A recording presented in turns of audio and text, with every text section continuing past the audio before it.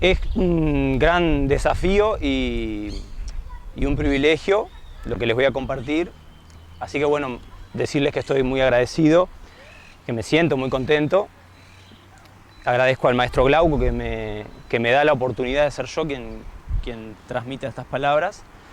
A mis compañeros que me han dado mucha confianza para también compartirles este testimonio. Y bueno, más allá de mis amigos y conocidos, a todos muchas gracias por venir y por estar con el corazón abierto a escuchar. Así que muchas gracias. Bien, hay dos cosas que son muy importantes antes de empezar con el testimonio. Aclarar que la compañera mencionó que es un testimonio de Li Shi Huang, y el significado de Li Shi en el marco de nuestra práctica espiritual hace referencia a un maestro, a una persona que ha alcanzado una madurez espiritual, una elevación de conciencia muy importante. En base a eso ha elegido dedicar su vida de lleno a la espiritualidad, su vida entera dedicada a ser una persona espiritual, ¿sí? Y lo segundo es que Yen Shan Tao, nuestra práctica espiritual, tiene una procedencia taiwanesa, un origen taiwanés, y van a escuchar que en el testimonio, principalmente las primeras palabras, se nombra este país varias veces. Entonces, bueno, ya vamos entrando un poquito ahí en contexto. Bueno, gracias por esta introducción. Gracias a Dios. Y bien, son palabras realmente profundas y lindas, hermosas, espero que les llegue a todos. Yo agradezco a Dios y al maestro Li Shi Huang por tan hermosas palabras. Y sin más aclaraciones, comienza diciéndonos Li Shi Huang, contándonos un poco sobre su vida desde la adolescencia. Muchas gracias por venir a escuchar a este viejo monje, comenzó diciendo. Yo nací en Taiwán en 1949. Mis padres eran agregados a la embajada de Taiwán en Francia, por lo que gran parte de mi juventud pasé viajando por casi toda Europa y conociendo mucha gente famosa e influyente. A la edad de 15 años hice mi primer viaje en avión solo. Fui a visitar a mi abuela de regreso a Taiwán. Ella todavía vivía en Shaanxi, en el condado de Jilin, y nos dice que es muy famoso por sus aguas termales, ese lugar. Y continúa. A los días de estar con ella, me llevó a un lugar donde enseñan la Yenshan, me dijo. Y luego agregó, es taoísmo, sin dar más explicaciones. En el camino me contó que ella visitaba el lugar para recibir enseñanzas espirituales 2 veces a la semana. Al visitar con mi abuela varias semanas aquel lugar y escuchar las enseñanzas de los maestros, quedé profundamente impresionado por la sabiduría práctica de vida que ellos enseñaban. Como dije anteriormente, dice Li Shi Huang, por el trabajo de mis padres en mi adolescencia, conocí a mucha gente famosa en aquella época. Personas tales como Carl Jung, ¿sí? Famoso psiquiatra, fundador de la psicología analítica. También Charles Aznavour, yo no lo conocía, pero quizás alguno de ustedes sí, un famoso cantante, compositor francés, entre otros. Teníamos en casa a todos los grandes pintores de la época, nos cuenta. Así que veía a todo tipo de personas apasionadas en sus respectivos campos. Pero había algo que inquietaba a un joven en París que buscaba un modelo de vida. Y es verdad que me costaba encontrar uno. Podría pensar en gente del pasado como Gandhi, por ejemplo, u otros. Pero me decía a mí mismo, bueno, son personas con un genio particular. Grandes músicos, grandes matemáticos, grandes científicos, exploradores, artistas. Y reflexiona, pero si tomamos a 50 filósofos, 50 matemáticos, jardineros, carpinteros, etc., vamos a encontrar la misma proporción de personas que son felices o desgraciadas, agradables o imposibles de tratar.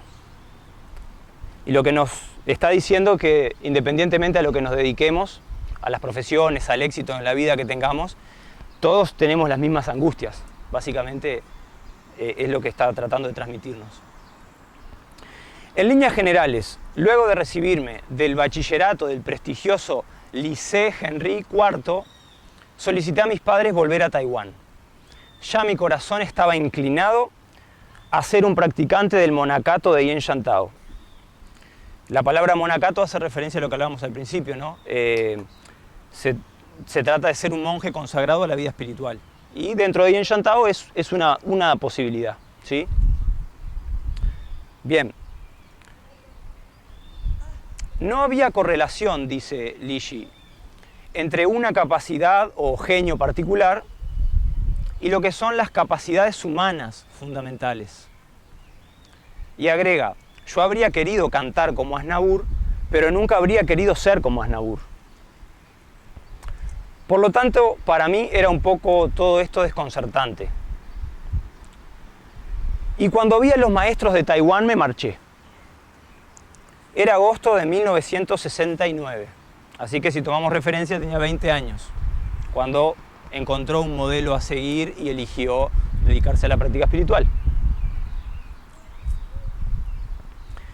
En esa época yo sabía muy poco sobre budismo, taoísmo e incluso sobre Yeshua. Me había criado de manera completamente laica. Era totalmente nuevo para mí todo lo espiritual, lo religioso. Así que no conocía el taoísmo. Pero cuando llegué a Taiwán y conocí a Buda Mamá y estuve en su presencia, me quedé 3 meses a su lado, nos cuenta. Buda Mamá es el nombre, o así llamamos, a una de las fundadoras de Yen Shan-tao. Por aquel tiempo viví en una pequeña casa de madera. Nos sigue contando Li Shiwan. Viví con un maestro avanzado. Era un maestro casado. No sabía cómo podía practicar o aprender, pero tenía ante mí un maestro que era un gran ejemplo. Lo que para mí representaba lo mejor que podemos hacer como seres humanos. Era como una montaña de sabiduría y de bondad. Me costaba encontrar las palabras, pero me decía, si cualquiera puede llegar a ser así, merece la pena explorar y seguir sus pasos. Hasta aquí un poco la introducción que nos va haciendo de lo que fue su adolescencia y también sus comienzos como practicante espiritual. ¿Me escucho bien? ¿Se va sintiendo, se va entendiendo el testimonio? Bien.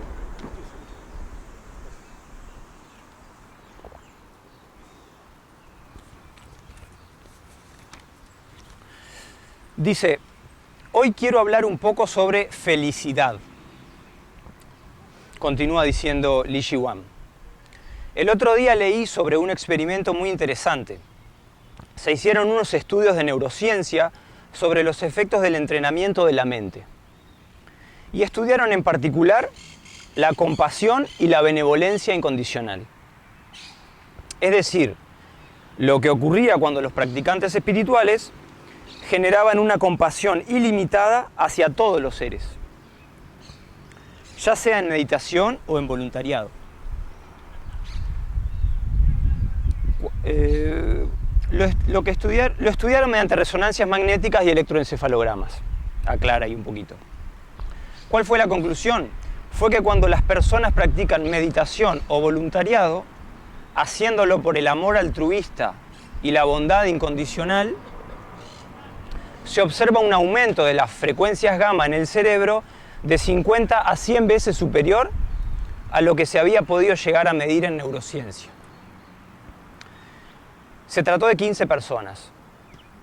El altruismo, que significa el dar desinteresadamente, también se conecta con lo que podríamos llamar emociones positivas. Así que grabaron todo aquello y luego fueron a Nepal y a Taipei para ver cómo eran nuestras prácticas espirituales. Y dice, es que los científicos estaban muy asombrados.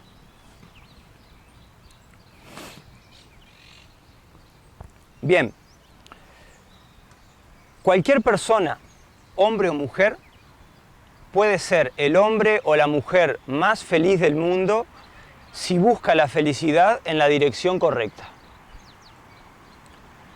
Así que luego de ver este documental me dije, aprovéchalo para una buena causa.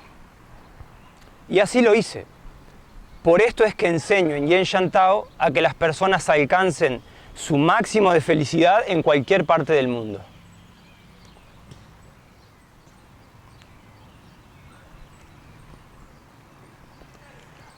Hablemos de sufrimiento, un poco, ¿sí?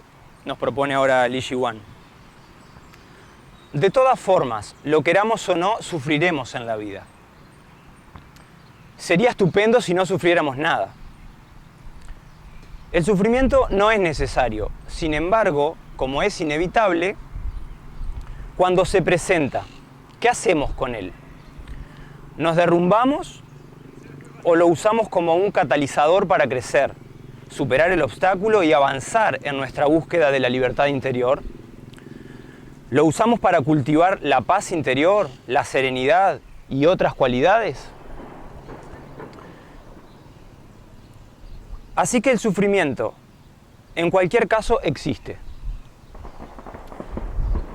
Pero si el sufrimiento cayera del cielo sin motivo aparente, o impuesto por alguien externo, o si llegara de la nada, o por azar, en cualquier momento, en un momento dado, bueno, como enseñaba Buda Sakyamuni, sería mejor no pensar en ello.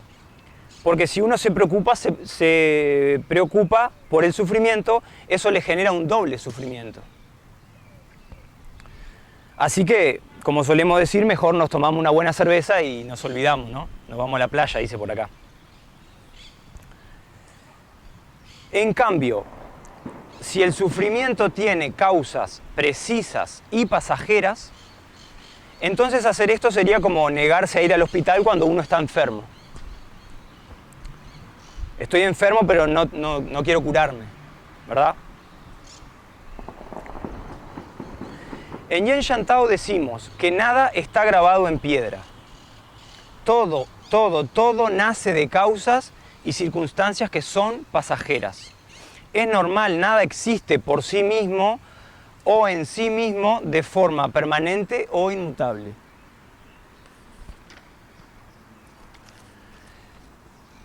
Así que el primer sermón de Buda fue reconocer la realidad del sufrimiento y no cerrar los ojos ante él. Es como reconocer que podemos caer enfermos. Luego está la segunda de sus enseñanzas, en donde se pregunta, ¿cuáles son las causas del sufrimiento? Y para Buda son diferentes formas de ignorancia, es decir, de distorsión de la realidad del pensamiento. Aquello que cambia lo consideramos permanente. Nos apegamos a las cosas y decimos, por ejemplo, esto no debe cambiar, quiero quedarme siempre joven, las buenas situaciones nunca deberían acabar. Y claro, dice Li Shiwan, eso no funciona. Al final nos frustramos porque nuestro control sobre el mundo exterior es limitado, es efímero y a menudo ilusorio. Si depositamos todas nuestras esperanzas y miedos en el mundo exterior, diciéndonos que todo tiene que ir bien ahí afuera, no va a funcionar. El mundo no es como un catálogo en el que podemos comprar lo que queramos. El universo entero no está a nuestra disposición para satisfacer todos nuestros deseos. Y vuelve a decir, no funciona así. En cambio, nuestra mente, que es la que nos acompaña desde la mañana hasta la noche, puede ser nuestro mejor amigo o nuestro peor enemigo. Y es la mente la que traduce las circunstancias del mundo exterior en bienestar o malestar. O sea que hay un filtro, ¿no? En base a lo que sucede fuera y cómo llega a nosotros, es lo que está tratando de explicarnos. Y ahí, en la mente, en el filtro de la mente, ahí es donde sí podemos hacer algo, dice Li Shihuan. En Yen Shan Tao decimos que, por supuesto, existe el sufrimiento y que comienza con la ignorancia, con la distorsión de lo que es la realidad y también con las manifestaciones de esa distorsión, que son los que llamamos venenos mentales o estados mentales perturbados, que son el odio, la falta de discernimiento, el deseo obsesivo, la confusión mental, el orgullo, los celos. Y pregunta, ¿es posible remediar todo esto? Porque si no fuera posible, como dije antes, mejor nos olvidamos y nos distraemos, nos vamos por ahí. La respuesta es que sí, porque esas causas también son cambiantes y también son pasajeras. Podemos generar nuevas causas igual que cuando seguimos un tratamiento. Y hay un tratamiento, el que llamamos camino o también vía, en chino le decimos Tao, que consiste en aplicar los métodos para remediar las causas del sufrimiento. Ese es, en resumen, el camino de Yen Shan Tao. Consiste en aplicar los métodos para remediar las causas. Así que el sufrimiento no es necesario, pero ya que está ahí de todas formas, podemos utilizarlo, dice Li Shihuan. Primero para remediar sus causas y luego como un catalizador para crecer espiritualmente y también en la vida. Podemos aprender a deshacernos de estos venenos mentales que nos causan sufrimiento y que nos hacen interactuar con otros para causarles también sufrimiento. Porque el odio no beneficia a nadie, hace sufrir a todo el mundo. Con los celos sucede lo mismo, con el orgullo también. Así que ahí lo tienen, dice el maestro. La idea es, el sufrimiento en cualquier caso está ahí, es indeseable. Podemos deshacernos de él gradualmente y ese es el camino. Y presten atención a lo que viene ahora, que es muy interesante. Dice, otro poquito, Acá hay una silla. otro poquito. Llegaste para la parte linda. Nunca me asistieron con tanta cifra. Gracias. Bien. Muy amable. Sí,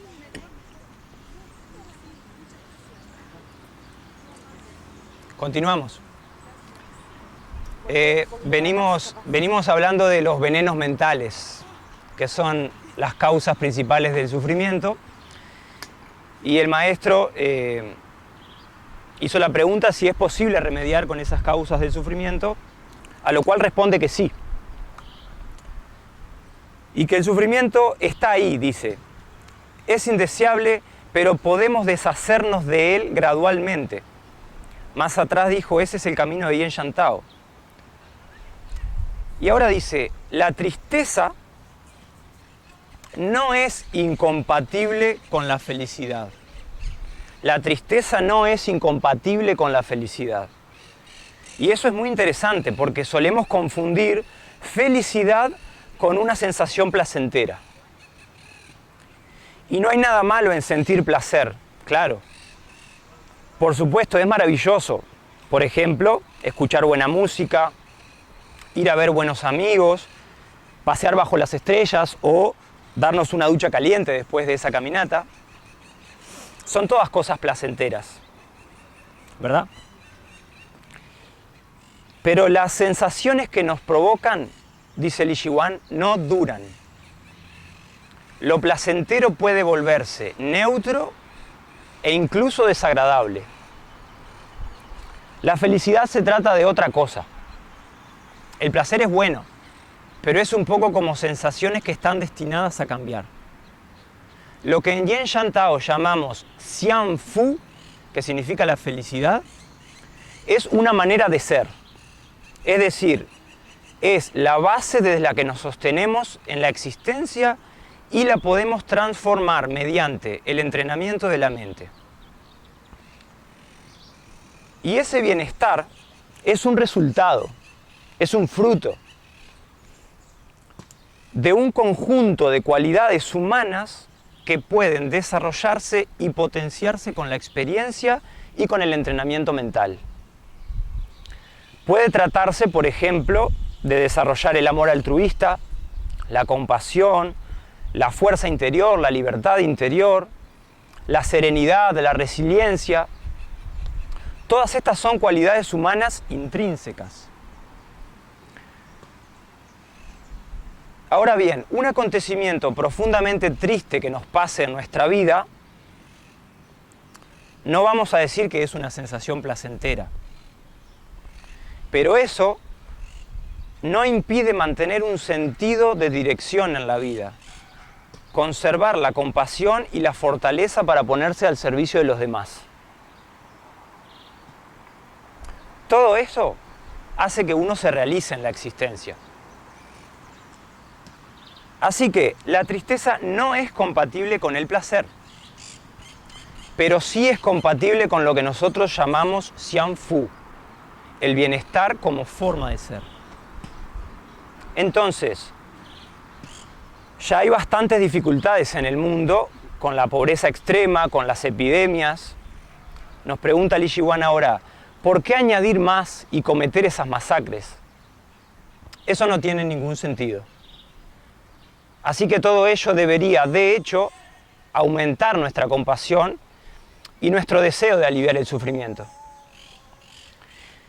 Y no es lo mismo que la empatía, que la empatía es la resonancia emocional con el sufrimiento ajeno. Que si nos quedamos solo en la empatía, nos explica, puede llevarnos a la angustia empática, al agotamiento emocional y también al burnout, que es el síndrome de desgaste profesional. Es un tema amplio, pero igual que hay que distinguir entre placer y bienestar, también hay que distinguir entre empatía y compasión. Y termina diciendo, en el ámbito médico se habla de fatiga por empatía, pero no existe la fatiga por compasión cuando se practica la compasión de manera correcta.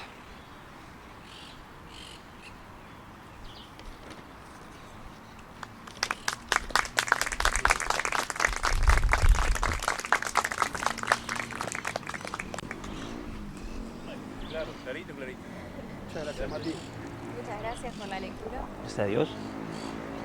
Bueno, Bueno, la idea de